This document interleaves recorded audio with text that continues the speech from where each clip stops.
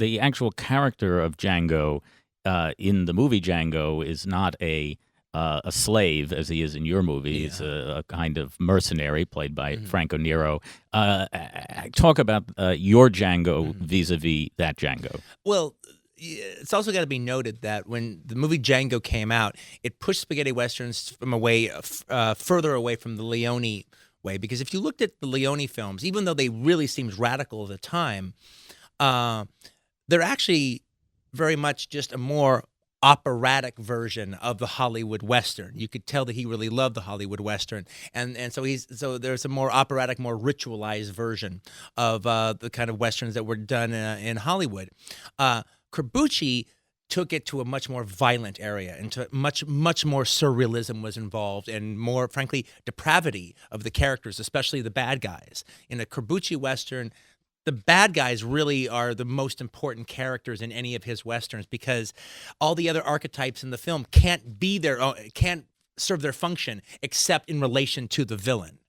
Like, for instance, most Corbucci heroes would probably be bad guys in another movie, but by the sheer fact that they hate the villain, they become the hero because the villains are so depraved.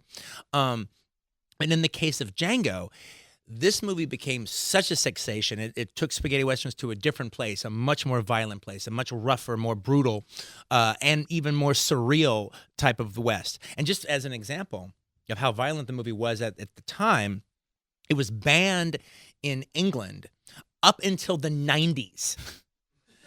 You could not show Django in England up until the 90s. In fact, one of the only ways to ever see Django in England is in the movie Harder They Come, the Jimmy Cliff movie.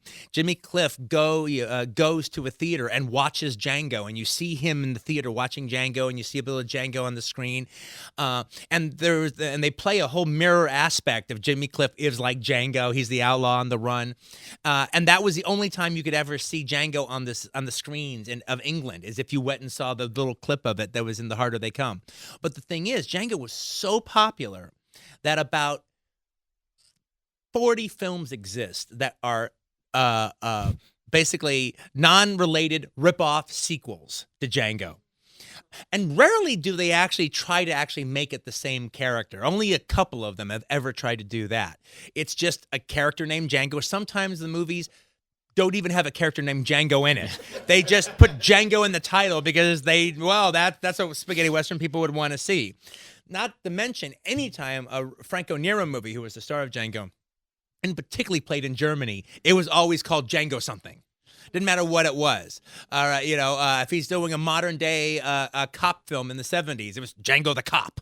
All right, if he's doing a movie where he plays a shark hunter, he was Django and the Shark, Django in Vietnam. It was just so there was all these complete ripoffs, unrelated sequels to Django, and I am proud to say that my film Django Unchained can join the long line of unrelated Django ripoffs.